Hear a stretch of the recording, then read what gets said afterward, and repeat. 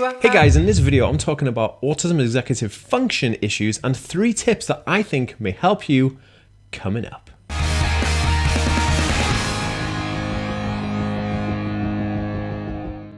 Hey guys, so one of the things that I feel is most important and one of the things that's most triggering actually is executive function within an autism spectrum condition. That's why I'm sharing with you 3 of the tips of things that really are big issues in my life that I've kind of had to work around and figure out workarounds with my partner, and I think they can be super valuable because I know nobody's really spoken about these in any videos before. Okay guys, welcome back to the Aspie world. It's awesome to see all of your absolute beautiful faces watching this video and feeling pumped to get through yet another Aspie World video, and it's really cool. Thank you so much for joining me, guys. It's the middle of April right now, and I'm feeling pumped to get videos out and just, it's cool. How are you doing? How are you feeling? I'd love to have a conversation with you. I love my community and I love my viewers, so please leave me a comment down below. Let me know if you're feeling happy or a bit upset, and we'll have a conversation. Let's just hash it out.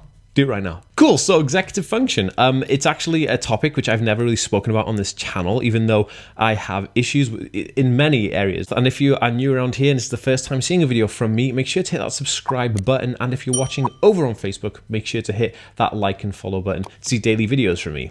Because I have an autism spectrum diagnosis, I also have ADHD, OCD, and dyslexia, and I kind of have a lot of different issues that come with that. Like, for instance, my fine motor skills are absolutely rubbish, and I'm going to do a video on fine motor skills and my fine motor skills and ways that we're trying to figure out how to deal with them, I guess. But for today, I wanted to talk about executive function. And before we go any further in this video, I would just like to ask, if you guys want to support this channel in any way, please check from the options. I have Patreon, where you can actually get access to exclusive content and exclusive courses run by yours truly, where I talk about turning your obsessive interests into a career and other things like using your traits as superpowers. And there's also a coping secrets masterclass there that goes on for 6 modules. So if you really want to have access to those and really help support this channel, because right now we really need it in this current climate and environment of what's going on, please check out the link down below, or you can click join on the YouTube button down below and you get access to my weekly secret vlog.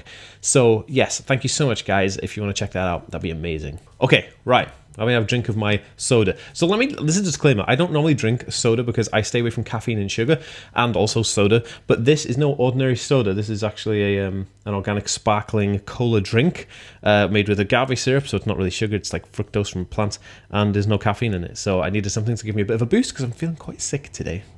Oh, don't worry, that's not sponsored or anything. I literally just have that on my desk, so I thought I was just gonna inform you guys of what I'm drinking right now. Okay, so the 3 things. Let's start with number 1. Okay guys, number 1 is paying attention. Now, a bunch of people on the autism spectrum have an issue with paying attention to specific things that are happening. It could be looking at a whiteboard, listening to somebody talk in a lecture, paying attention to someone when they're telling you that they need you to do something. This comes from a huge collateral of different things, like having ADHD or having ADD, or like just being able to zone out into something. When people think that people on the autism spectrum actually zone out, when the actual term in real effect is that they're actually zoning into something, so you might find something quite interesting that has nothing to do with the topic that's presented in front of you, and you're kind of like zoning out. But they see it as you zoning out, but you're actually zoning in. Like, a few times my girlfriend's like, yo Dan, and I'm like,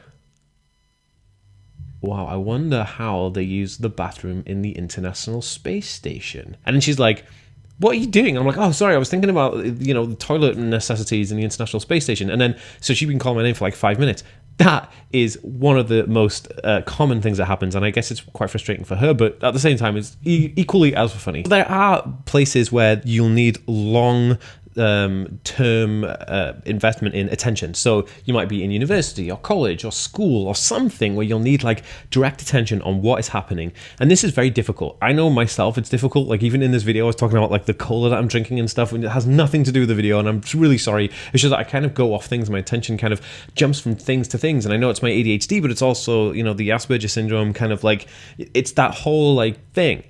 So there are ways around this. Now, one of the ways in which I've managed to curve this, especially when I was in university, when I was doing my degree, I have a degree in chemistry, woohoo, self-plug, I know, but I really love chemistry and it's awesome. But I did my degree in chemistry, and one of the ways that I kept focus on it, whereas in any time I needed to be there at that moment and really precisely keep myself focused, my friend who was with me, Tom, would always keep me in check. So when I'd start talking about like Pokemon or Furbies or something, he'd go, yeah, okay, that's cool, but we need to, pay attention to what's going on. And the professor's talking about X, Y, and Z, and we need to do a test on X, Y, and Z. And so having somebody to prompt you to always pay attention to the thing that you need to pay attention to at that moment in time is going to pay off crazy dividends, because what that does is it helps you stay in line, stay in focus, and you're also able to have that support and camaraderie with somebody, and okay, that person is supporting me now. And so it's literally finding someone who supports you. And that is golden. So number one, if you want to focus, if you want to have really good focus,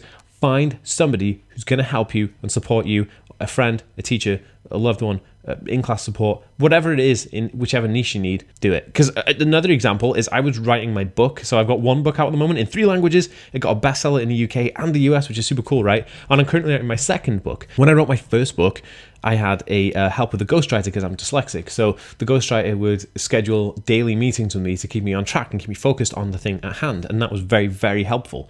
But writing my second book, I'm like halfway through it and I'm like wavering off, and I should have had it finished a long time ago. So my girlfriend stepped in, and now she asks me every day, like, how are you doing with the book? How far have you got with this, that, and the other? And so it's having somebody to keep on your case with things that you need to pay attention to is going to be awesome.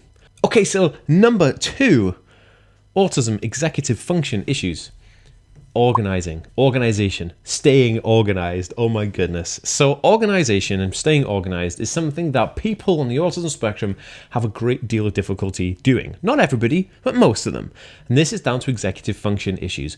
Now, being organized, knowing where things are, making sure that things are in tidy places and that things get done. So staying organized doesn't just mean like labeling all your like cereal products in alphabetical order. That's just alphabetizing. Yes, it's a form of organizing, but organizing is so much bigger than that. Organizing means doing things in the right order, in an orderly manner to make them organized. So when you take something out, you put it back in the same place. You then also clean in the same manner. You use the same cleaning products, and you know where those things go. Now, for me, these things are very, very much a miss. Like if somebody said to me, Dan, I need you to go in there and organize this room, it's just not going to happen. That's why I'm lucky enough to have my partner. She actually knows how to organize everything perfectly. So she helped organize this office. We organized the shelf behind the camera here. She organized all of the stuff in here, and she helped me basically organize all my work into a specific routine that I know exactly what I'm doing every day, and that I'm able to do and execute those actions accordingly. So having somebody to do that, to help you organize yourself, is just like, it's amazing. So one of the ways in which we do this is I have a few apps, and I'll list the apps that I use. I use Microsoft To Do. I also use the Shortcuts app on the iPad. I also use Reminders, Calendars, Notes, and there's another app, Timo, which is a company which I've worked with quite extensively. So I use the Timo app to remind me to do things, come through to my Apple Watch, which is pretty dapper. I'll leave a link for all of these down below so you can check out all those apps. Obviously the inbuilt native ones for the iPad are just the ones that are just on there, but the ones that like the Microsoft To Do and the Timo, I'll leave a link for those down below. But having those apps set up and somebody helping you set that up, because it's one thing having the app, okay, I've got the app, what now? But actually having somebody help you set up the app in a way that's going to work for you is golden. And that's what I did, and that's how I'm successful at what I'm doing right now, because I had that. So organization is super difficult. So what do you take away from this? Well, if you're having issues with organization, find somebody to help you organize, execute those plans, and use third-party apps or something like a calendar, a wall sticker, a chart, post-it notes, something, chalkboard, whatever it is, whatever you feel comfortable with, and remind yourself to do those things in that order. Okay, so number 3 is a really interesting one. And I've done a video all about this before, but I'm going to talk about some of the hacks and stuff I use for this one. So number 3 is memory. Well, actually, in fact, it's short-term memory. So one of the autism executive function issues that people have is remembering things in like future dated things. So if someone says, hey Dan, we're going to go and see that baseball game in San Francisco in 2 months time. So make sure you get packed within the next, 2 or 3 weeks and get everything ready, and we'll be good to go. That's never going to happen. I will never get any of those things done, and I will definitely 100% forget that we're even doing this unless it's like tattooed to my head or something. So okay, that's a bit extreme. Not really tattooed to my head, but unless it's really, really there in front of me to remind me, I'll never know. Now, autism has this ability to create difficult short-term memory, but excellent long-term memory. If you wanted to ask me what I had on my birthday when I was 8 or 9 years old, I could probably describe the cake and everybody who attended and all those things. But if you want me to know what I've got coming up next on my calendar, well, without me asking my Alexa unit or my iPad, I have no idea. And there is an issue there. Obviously, there is something that comes with it. I did extensively talk about this in a video about autism and memory, and I'll try and link it above here so you guys can check out that video. But I'll also put it on a pinned comment down below so you guys can check that video about autism and memory. But in terms of how that works, it's very interesting how like memory then becomes long-term memory once it's done. So future dates will only become apparent once they've passed the actual date where they actually take place. It's a whole thing. Anyway, how do we deal with this? Well, here's how. Again, I'm referring to my trusty iPad. Now, I have the iPad Pro right here, right now. This thing is just a godsend. Like, I absolutely can't tell you how important it is to have apps to remind me. There's a fantastic feature on the iPad. This is how I get over it. Okay? And you probably have one as well. If you've got like an Android machine, you'll have something similar. There's reminders app. So I literally just ask the Siri thing. I said, hey, whatever, I'm not going to say it because it's going to do it, but you ask Siri, can you set up an alarm in 2 weeks' time to tell me to pack my stuff for vacation, and then let me know, what else I need to take, or show me this list on this app at one day. Look, put it this way: iPad, iPhone, apps, or tablet, smartphone, apps. That is the successful way to do it. Up until I had an iPad and an iPhone, I was just missing dates all the time. I couldn't do absolutely anything. I was just like never there for things. I couldn't like articulate myself to go, oh, I need to go to this place or that place at this time. It's just never going to happen. Now with alerts set up and having apps like Timo, which tell you on your watch and shows you the amount of time you've got left to complete that task, it's just amazing.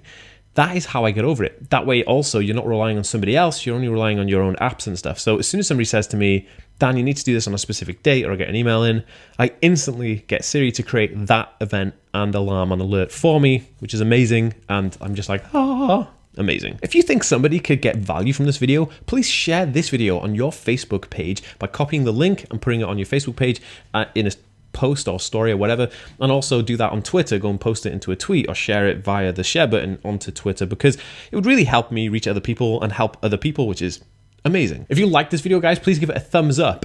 And if you want to see more videos, please hit that subscribe button and you'll see another video from me floating around here somewhere. And I'll see you next time, guys. Peace.